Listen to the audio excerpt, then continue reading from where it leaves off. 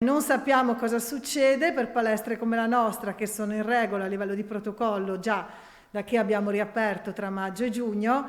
La domanda è: gli altri come sono messi? E se per caso non si riesce a rientrare e mettersi in regola, chiuderanno tutte le palestre, anche la mia, che in realtà noi lavoriamo una persona alla volta già da sempre? Non si sa.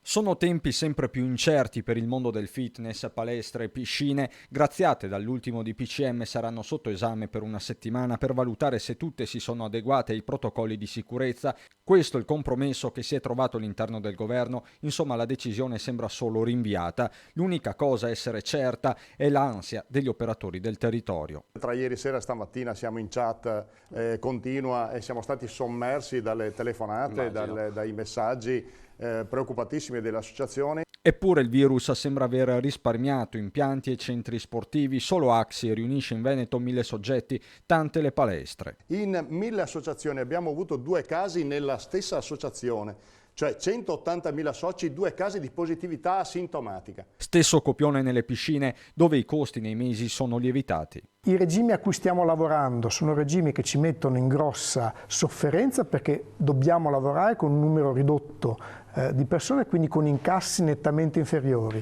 Nessuno in definitiva si può permettere un altro stop. Un bel crollo, un bel crollo.